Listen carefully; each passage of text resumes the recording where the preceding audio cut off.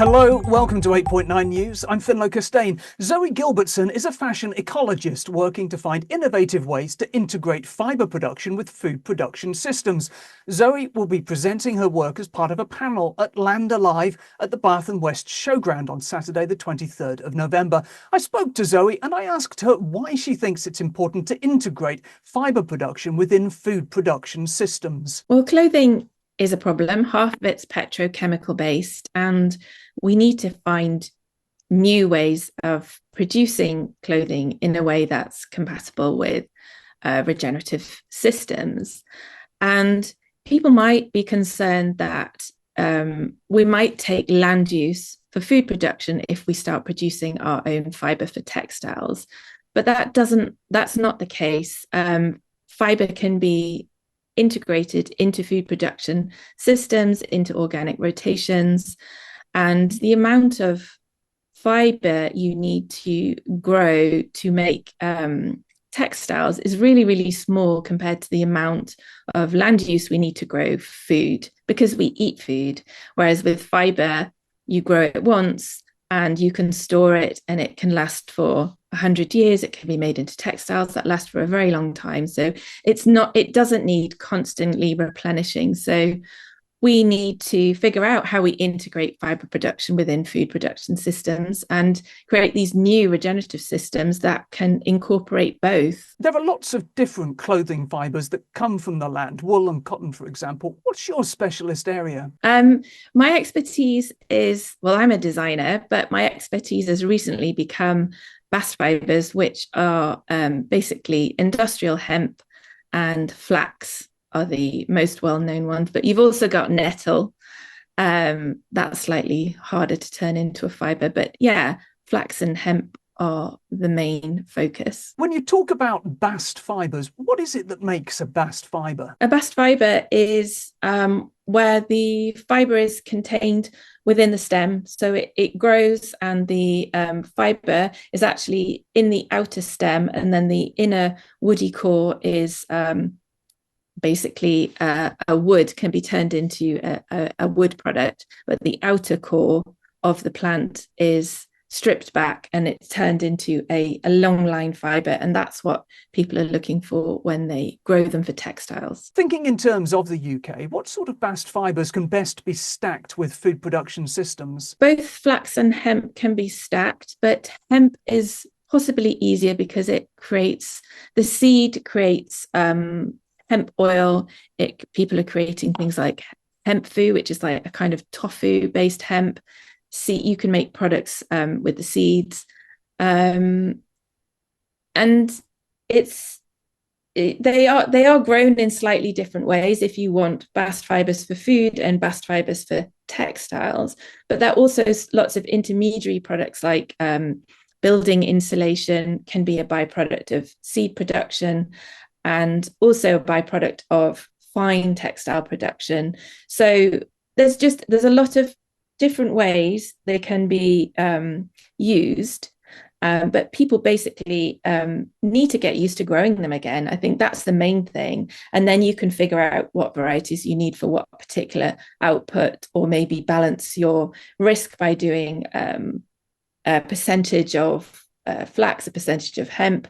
Some people are growing spring flax and winter flax, so growing at different times of the year and leaving the product on the field to ret over winter. I'm getting quite technical here, but there's so many different ways these crops can be beneficial.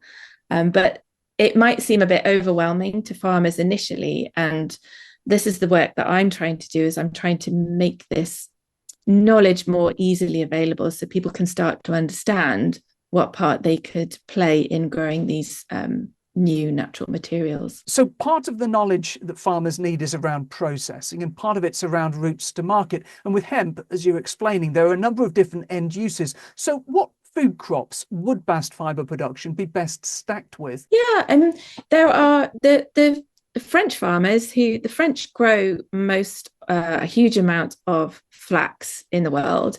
But because of climate, which is turned into linen, but much of it's processed to a certain point in France. And then it's 90% of the European flax is shipped to China for processing into yarn. And the French are really trying to change that. And they also see that with climate change, their conditions for field retting flax in Normandy are changing because of the climate. So they are actually the conditions are moving further north into the UK, which is why it's like wine growing, champagne, and so on. It's our climate is changing, so actually it might be better to grow flax in the southern part of the UK, but that's almost another story. But so the French are balancing their risk by transitioning to hemp, industrial hemp as well. So their plan is to have 1/3 hemp, 1/3 spring flax, and 1/3 winter flax to balance their risks if their crops are not so successful. And so they've invested in hemp production quite heavily. And within that, they will be doing that within I spoke to organic producers, and they will do that within an organic crop rotation, also combining with milk production, so a dairy. So I stayed on a farm which was actually Pauline Laurent, who is coming to speak at Land Alive. I stayed on her farm, and they have 5 of the rotations are dedicated to livestock, and 5 of them are dedicated to arable. And within that rotation, hemp might come at the end of the rotation because it suppresses weeds. So if you're growing purely arable crops without livestock, you would put hemp at the end of the rotation because it suppresses weeds for the next crop. If you are growing flax, you would grow flax after the livestock rotation so that all the weeds have already been suppressed by the livestock. So it's all about weed management and with flax, and it's all about weed suppression with hemp. So yeah, they can work in different ways. Can you tell us a bit more about the panel that you've helped to organise for the Land Alive conference? Yeah, like I just mentioned, Pauline. So Pauline Laurent is an agronomist, and she coordinates Lin et Chanvre Bio, which is the French Organic Linen and Hemp Association. And they really have helped the farmers, textile producers, scutchers, processors in France come together to make their textile system successful. But she also lives on an organic dairy farm, like I was saying, where they have these organic arable and dairy rotations, and it's a very profitable organic farm.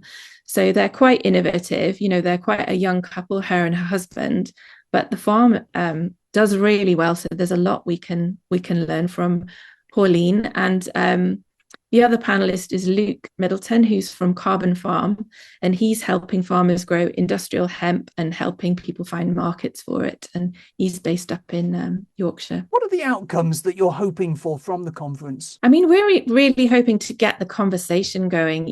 People are getting interested in flax and industrial hemp. And we just want to get people to start talking about food and fibre in the same sentence, get people talking across sector, get things interconnected and getting conversations started, really, so we can figure out how we get people growing more of these crops. And you're planning a breakout session after the panel as well? Yeah, absolutely. So if anybody is interested in learning more about bast fibres, we will be having a sort of just an informal meetup in the afternoon of the conference where anyone who's interested should come along and let's get talking. That was Zoe Gilbertson, who'll be at Land Alive on the 23rd of November. More news, as ever, on our website, 8.9.com. That's all for now. We're back soon. Thanks for watching.